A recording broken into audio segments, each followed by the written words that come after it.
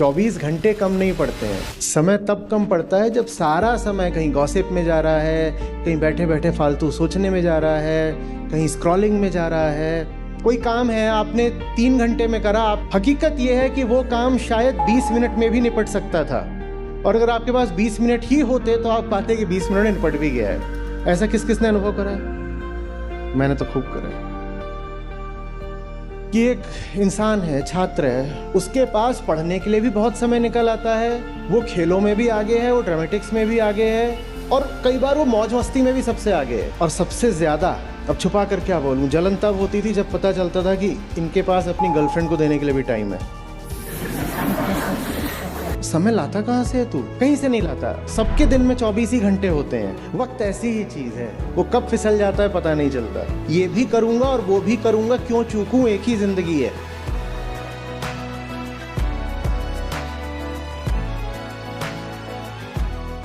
चौबीस घंटे कम नहीं पड़ते हैं।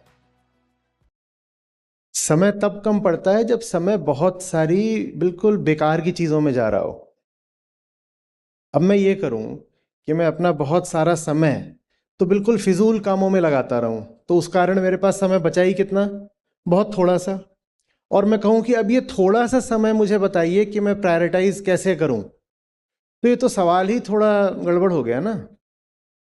पहली प्रायोरिटी तो ये होनी चाहिए थी कि जो समय व्यर्थ जा रहा है, फिजूल जा रहा है, उसको बर्बाद नहीं होने देना है। और अगर वो पहली प्रायोरिटी आप पूरी कर लें तो फिर आप पाओगे कि इस 24 घंटे में बहुत सारे अच्छे सकारात्मक कामों के लिए, सार्थक चीज़ों के लिए आपके पास वक्त की कोई कमी नहीं है।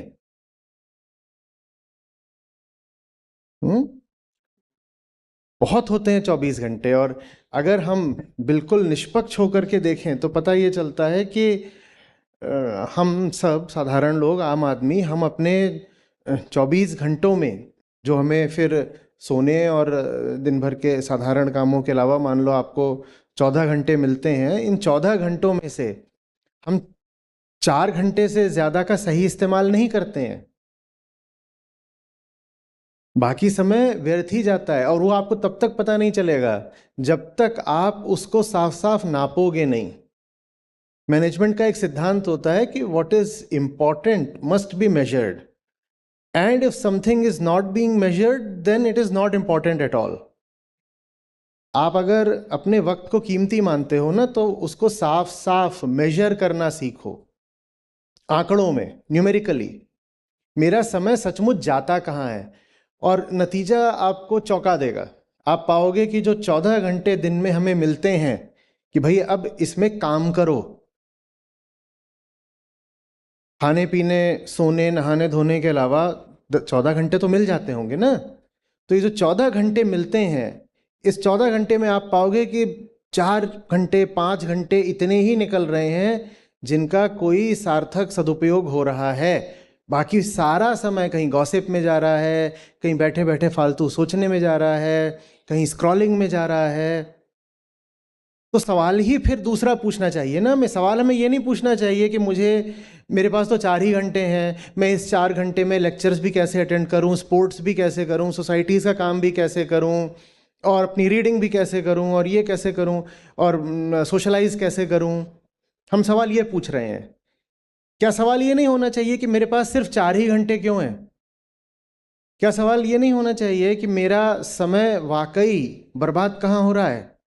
और वो आपको मैं कह रहा हूं तब तक नहीं पता चलेगा जब तक आप उसको लिखोगे नहीं, नापोगे नहीं, मेजर नहीं करोगे। नहीं तो सबको ये लगता रहता है कि मैंने तो काम का सही उपयोग किया। इसी तरीके से एक और सिद्धांत होता है, work expands itself according to the time available. कोई काम है आपने 3 घंटे में करा, आपको लगेगा देखा 3 घंटे तो मेरे लग गए ना इस काम में, माने ये इन 3 घंटों का सही इस्तेमाल हो गया। हकीकत यह है कि वो काम शायद 20 मिनट में भी निपट सकता था, और अगर आपके पास 20 मिनट ही होते तो आप पाते कि 20 मिनट में निपट भी गया है। ऐसा किस किसने अनुभव करा है? मैंने तो खूब करा है। तो हम अपने आप को धोखे में भी खूब रख लेते हैं। हम बोलते हैं 3 घंटे काम करा, और वो काम है सचमुच कितना बड़ा, वो 20 मिनट लायक ही काम है। तो इसलिए मैं कह रहा हूं कि जब हम थोड़ा निर्मम होके, रुथलेसली अपने समय के व्यय को, एक्सपेंडिचर को नापते हैं, तब हमें पता चलता है कि जिसको मैं कह रहा हूं कि 14 घंटे का दिन था मेरा, वो 14 घंटे का नहीं था साहब, वो 4 घंटे का ही था। और ये भी हो सकता है कि मैं बहुत उदार होकर 4 घंटे बोल रहा हूं, कई लोगों का दिन आधे घंटे का होता है, 13.5 घंटे उन्होंने बर्बाद करे होते हैं। और एक बात और समझिएगा, जितना ज्यादा आप समय बर्बाद करते हो ना, वो बर्बादी बस एक दिन की आदत नहीं रहती, वो आदत आगे तक जाती है। आज अगर आपने दिन ऐसा जिया जिसमें 14 में से 10 घंटे खराब किए, और फिर कल वैसे ही जिया जिसमें 8, 10, 12 घंटे खराब करे 14 में से, हफ्ते भर आपने ऐसा कर लिया, हफ्ते के बाद आप सुधरना चाहेंगे, आसान नहीं होगा। क्योंकि क्या बन गई है, अब आदत बन गई है। और जब आदत बन जाती है ना, तो हम भीतर से बड़े चतुर चालाक होते हैं। हम कभी ये नहीं कहते कि मैं तो समय बर्बाद करने वाला प्राणी हूं, हम कहते हैं इन कामों में तो समय लगता ही इतना है। हम जिस ढर्रे पर चल रहे होते हैं, जो हमारा टाइम को खर्च करने का, टाइम को स्पेंड करने का पैटर्न बन गया होता है, हम उसके पक्ष में कुछ तर्क निकाल लेते हैं, कुछ तर्क निकाल लेते हैं। कहते हैं नहीं, इसमें तो इतना समय लगता ही है ना, नहीं अभी मन नहीं कर रहा, नहीं मैं क्या करूं, एक बंदा कितने काम कर सकता है, मेरे साथ वाले भी तो इतना कम काम ही करते हैं ना, तो मैं क्यों करूं। कई तरह के आप भीतर से आर्ग्यूमेंट्स, तर्क निकाल लोगे, अगर आपकी आदत बन गई है समय खराब करने की। और बहुत सारी चीजें होती हैं दुनिया में चौंकाने वाली। एक बड़ी चौंकाने वाली चीज ये होती है कि आप एक दिन से कितनी कीमत, कितना मूल्य, कितना रस, कितनी वैल्यू निकाल सकते हो।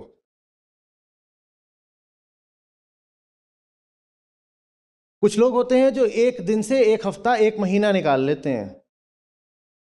तो अगर ऐसे देखो तो उनकी जिंदगी फिर 70, 80, 100 साल की नहीं होती, वो एक जिंदगी में 1000 साल जी जाते हैं। नहीं तो कोई जिंदगी पूरी तरह सोते सोते भी काट सकता है, उसके भी तो 100 साल बीत ही जाएंगे ना। ऐसा हो सकता है कि नहीं, कि कोई 100 साल जिया लेकिन 100 में से 90 साल सिर्फ सो रहा था, हो सकता है कि नहीं हो सकता है। जिंदगी ऐसे नहीं गिनी जाती, जिंदगी गिनी जाती है कि मेरा कितना समय सार्थक काम में गया, बस उतने ही समय आप जिए, बाकी समय तो बेहोशी का था, वो मरने जैसी ही दशा थी। बैठो बैठो। और फिर कुछ समय बाद जब आप देखोगे कि अरे समय तो थोड़ा ही था, 1 महीना, 2 महीना, 3 महीना ही था, इसमें मैंने क्या क्या कर लिया, तो आपको खुद अचरज होगा कि ये कैसे हो सकता है, ये कैसे हो सकता है, ये कैसे हो सकता है, ये तो होता नहीं है, मैंने किसी को करते नहीं देखा, इतने कम समय मैंने इतने काम कैसे कर लिए। आप एक बहुत अच्छे इंस्टीट्यूशन के सब छात्र हो, मैं भी एक अच्छे संस्थान से पढ़ पाया, तो मैंने बहुत कुछ वहां ऐसा था जो जो बहुत प्रेरणास्पद था। हम्म मैं देखता था जो टॉप रैंकर्स होते हैं ना आईआईटी जेईई में, तो वो कंप्यूटर साइंस लेते हैं यूजुअली, तब भी ऐसा होता था, अभी भी वैसा ही हो रहा है। तो पूरा इंस्टीट्यूट ही उनकी ओर ऐसे देखता है कि क्योंकि सबने यही चाहा होता है कि हमारी भी टॉप 100 में रैंक आए, बात ही तो है नहीं। तो सब उनको देखते हैं, ये कौन है, जो चीज़ मुझे चाहिए थी इसको मिल गई है, टॉप 100 में रैंक ले आया। और मैंने ये देखा था कि बहुत सारे ऐसे जिनकी आईआईटी जेईई में रैंक भी अच्छी थी, अंदर आने के बाद उनकी सीजीपीए भी अच्छी थी, कि यही नहीं बस कि एंट्रेंस के लिए पढ़ के अंदर आ गए, अब अंदर कुछ नहीं करते, रैंक भी अच्छी थी, अंदर आके सीजीपीए भी अच्छी थी, माने पढ़ने में समय तो लगाते होंगे। वो थे जो तमाम तरह के को करिकुलर्स में सबसे आगे थे। और ऐसे भी थे जो बस किसी तरीके से धक्का खा खा के तीसरे चौथे अटेम्प्ट में आईआईटी में घुसे थे, और घुसने के बाद उनकी सीजीपीए भी बुरी थी, और वो किसी क्लब में किसी तरह की कोई एक्टिविटी नहीं करते थे, जहां तक अपने आप को निर्मित करने की बात है, व्यक्तित्व के तौर पर, इंसान के तौर पर। वो जैसे भीतर घुसे थे ठीक वैसे ही बाहर भी निकल गए। अब मुझे बताइए ऐसा कैसे हो गया कि एक इंसान है, छात्र है, उसके पास पढ़ने के लिए भी बहुत समय निकल आता है, वो खेलों में भी आगे है, वो ड्रामेटिक्स में भी आगे है, और कई बार वो मौज मस्ती में भी सबसे आगे है। ये नहीं कि बस वो किताबी कीड़ा बना हुआ है, कहीं बन रहा है चलो इस बार अब हफ्ते भर का कुछ गैप आ रहा है, चलते हैं ट्रैकिंग करके आएंगे, वो उसमें भी सबसे आगे है। और सबसे ज्यादा, अब छुपा कर क्या बोलूं, जलन तब होती थी जब पता चलता था कि इनके पास अपनी गर्लफ्रेंड को देने के लिए भी टाइम है। वो पढ़ भी रहा है, वो खेल भी रहा है, वो लिख भी रहा है, वो कई बार एडिशनल प्रोजेक्ट्स भी कर रहा है।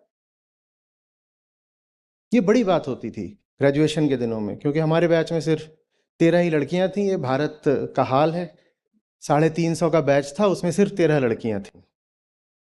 इसमें इसमें लड़कियों की क्षमता की बात नहीं है, हमारे समाज की बात है, हमारे देश की बात है। 350 में 13, तो गर्लफ्रेंड बनाना बड़े दूर की कौड़ी होती थी।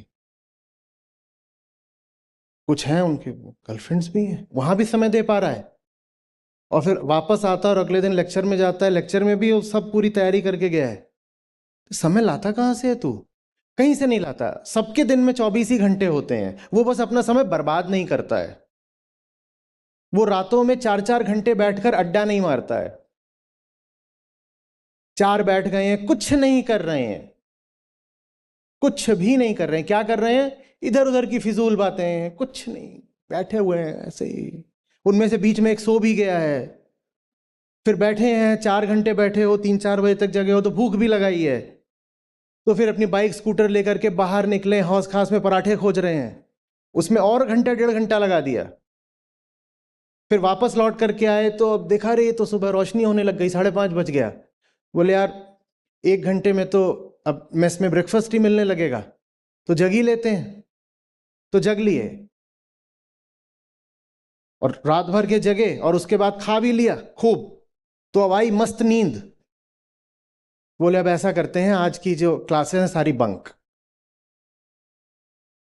ये यहां पर तो किसी के साथ नहीं होता। कितने बैठे हैं जिनसे मिलती जुलती जिनके साथ घटनाएं होती हैं? कोई भी नहीं है। काफी। वक्त ऐसी ही चीज है, वो कब फिसल जाता है पता नहीं चलता। और हम स्ट्रॉ मैनिंग जानते हैं किसको बोलते हैं? Straw Manning. असली समस्या से बचने के लिए एक फिजूल की नकली समस्या खड़ी करना, और उस नकली समस्या से उलझ जाना। स्ट्रॉमैन जानते हो कि नहीं क्या होता है? स्ट्रॉमैन क्या होता है? नकली आदमी। किस चीज का आदमी? स्ट्रॉ का। तो असली जो आपका दुश्मन है वो यहां है, पर आपको डर लगता है उससे उलझने में, उसको चुनौती देने में। तो आप क्या करते हो? आप एक नकली दुश्मन, बिना ताकत का, बिना दम का, घास फूस का स्ट्रॉमैन वहां खड़ा करते हो, और फिर आप उससे उलझ जाते हो, कहते हो ये स्ट्रॉमैन है, इसको परास्त करूंगा। भाई, प्रायोरिटाइजेशन शायद आपकी केंद्रीय समस्या है ही नहीं, क्योंकि प्रायोरिटाइजेशन की बात तब आती है जब आइदर और पैराडाइम हो। आइदर और की बात है ही नहीं, बात एंड की है। एक्स और वाई नहीं है, जिंदगी एक्स एंड वाई है। ये भी करूंगा और वो भी करूंगा, क्यों चूकूं, एक ही जिंदगी है। पर आप एक नकली समस्या खड़ी करके कह रहे हो कि साहब समय की बहुत कमी है, please guide me, how do I choose X over Y. ये स्ट्रॉमैन प्रॉब्लम है, ये नकली समस्या है। असली समस्या उधर खड़ी है, और वो क्या है? और असली समस्या क्या है बोलिए? हम समय बर्बाद करते हैं, इसलिए हमारे पास समय बचता नहीं है। समय बर्बाद कर रहे हैं हम, इसलिए समय बचता नहीं है।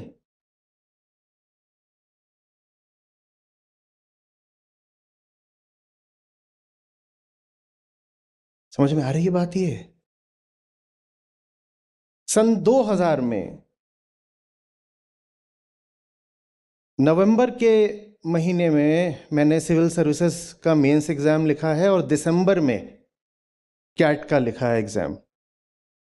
99 में पास आउट हुआ था, अगले साल ये एग्ज़ाम, और ये दोनों ही क्लियर हो गए। और मानना मेरा भी यही था कि कोई इंसान अगर कई अटेम्प्ट्स लगा के इन दोनों में से किसी एक को भी क्लियर कर ले तो बड़ी बात होती है। एक साथ दोनों कैसे क्लियर हो गए? इतना समय कहां से आ गया पढ़ने का? कहीं से नहीं आ गया, उतना ही समय था। बस ऐसा कुछ था नहीं जिंदगी में कि जिस पर मुझे लगे कि समय व्यर्थ करना है। और अब पीछे मुड़कर देखता हूं तो मुझे ही लगता है तो बड़ी अजीब बात है। एक ही साल में, एक ही महीने के अंतराल में आप सिविल सर्विसेज और कैट दोनों को कैसे हो सकता है? हो सकता है भाई, हो सकता है, एकदम हो सकता है।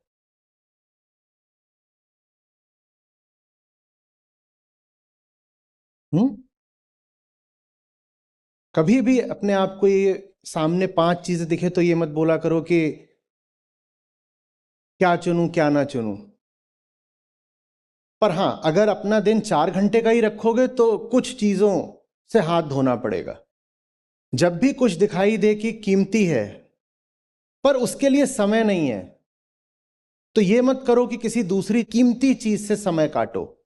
बस ये नापो कि समय बर्बाद कहां जाता है और उसको काट दो।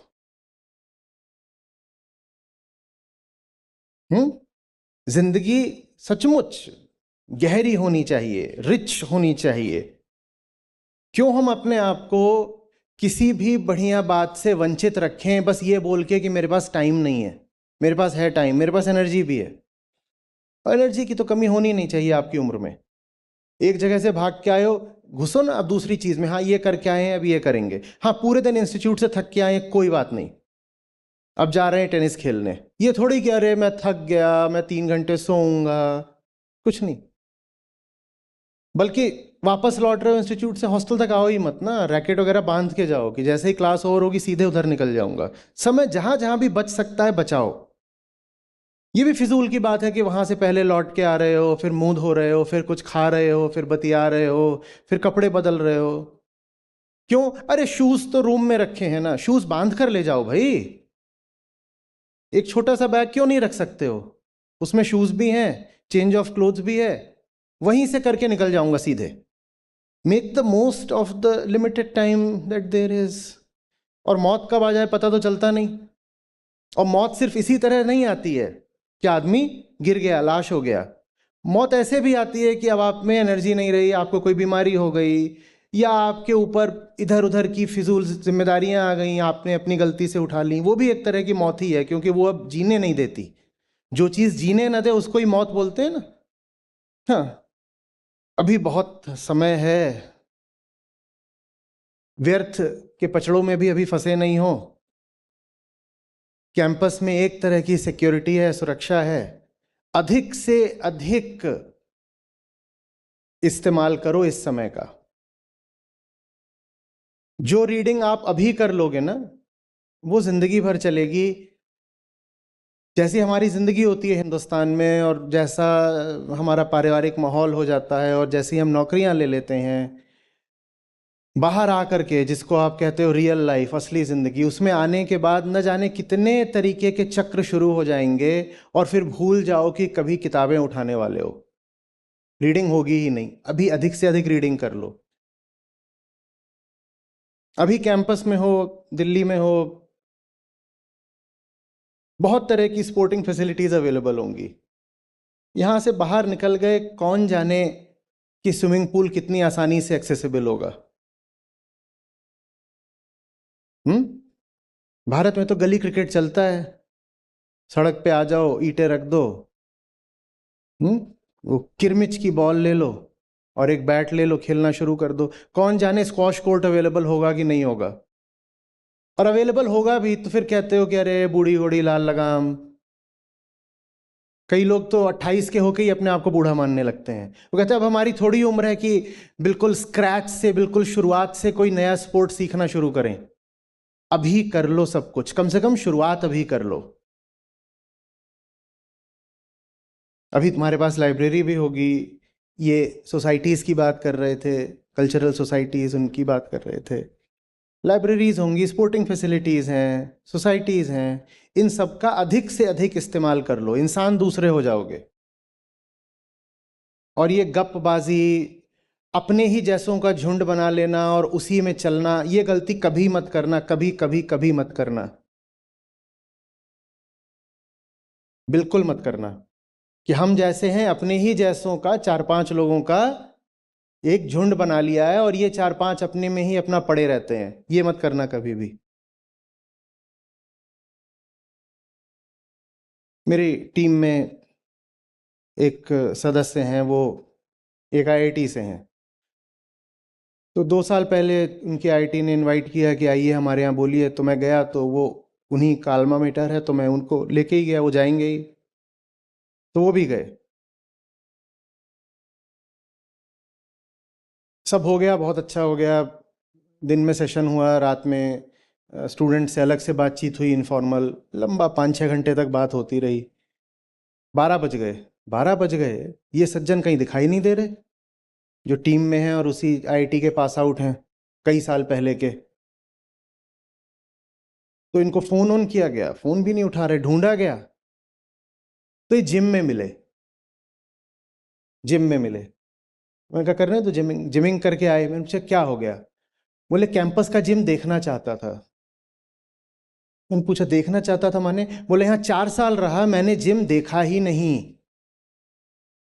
मैं यहाँ 4 साल रहा, मैंने जिम देखा ही नहीं। जब मैं आपके पास आया और आपने इन चीज़ों पर बहुत जोर डाला कि खेलो, जिमिंग करो, रीडिंग करो, इसके बिना नहीं, तो तब जा कर के मैंने जिमिंग शुरू करी। अब यहाँ पर वापस आया हूँ तो मैं देखने आया हूँ कि मेरे ही इंस्टीट्यूट का जिम था कैसा, और बहुत अच्छा था। बस एक पछतावा रह जाएगा कि साल थे, अपॉर्चुनिटी थी और मौका हाथ से जाने दिया।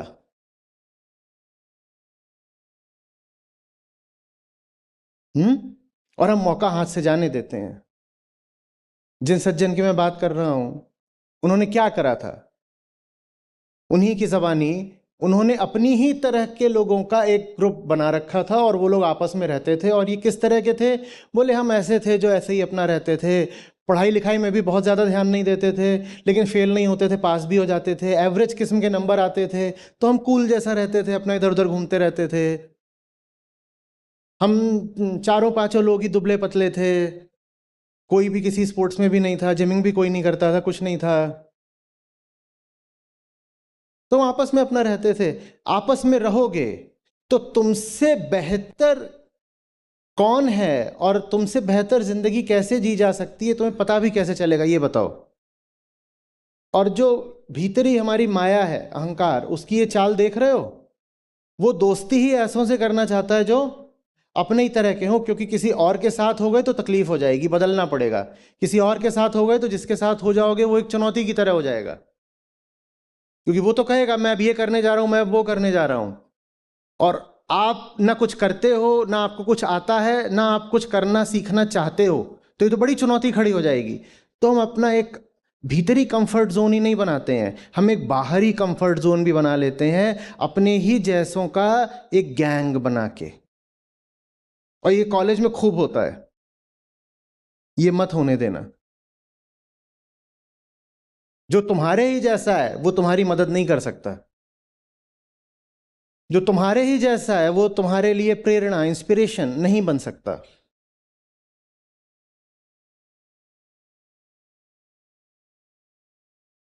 एक आध आखिरी बात और, जब कोई बात बहुत जरूरी लग रही हो ना, और उसमें बहुत समय जा रहा हो, होता है ना, और हमारी उम्र में न जाने कितनी बातें हमको बहुत जरूरी लगने लग जाती हैं, बहुत आवश्यक। अरे ये तो बहुत इंपॉर्टेंट बात है। तो बस एक चीज पूछना है अपने आप से, आज से 2 साल बाद इस बात का कितना महत्व रह जाएगा? आज से 2 साल बाद ये चीज अभी इतनी जरूरी लग रही है कि जहन पर छा गई है बिल्कुल। मन से उतर ही नहीं रही। मैं 4 घंटे से इसी बारे में बात करे जा रहा हूं और 40 घंटे से सोचे जा रहा हूं। अपने आप से पूछो 2 साल बाद वो चीज़ कितनी ज़रूरी रहेगी तुम्हारे लिए। और पिछले 2 सालों में ऐसी कितनी चीज़ें हो चुकी हैं जो हो रही थीं तो बहुत बहुत गहरी, गंभीर लगती थीं, और आज उनकी कोई हैसियत नहीं, उनका कोई महत्व नहीं। जो आदमी ये पूछना शुरू कर देता है वो दिन के अपने कई घंटे बचा लेता है, क्योंकि हमारा बहुत सारा समय ऐसी चीज़ों में जाता है जो बिल्कुल एफिमेरल है, क्षणभंगुर। माने अभी लग रहा है बहुत ज़रूरी है, अभी आके वो मेरा सारा समय खा लेगा, और 2 दिन बाद कुछ नहीं। और हाँ, 2 दिन बाद, लेकिन 2 दिन बाद क्या होगा? कोई दूसरा वैसा ही मुद्दा खड़ा हो जाएगा। और ऐसे ही 2 दिन करके जवानी भी बीत जाती है, जिंदगी भी बीत जाती है, मौत आ जाती है।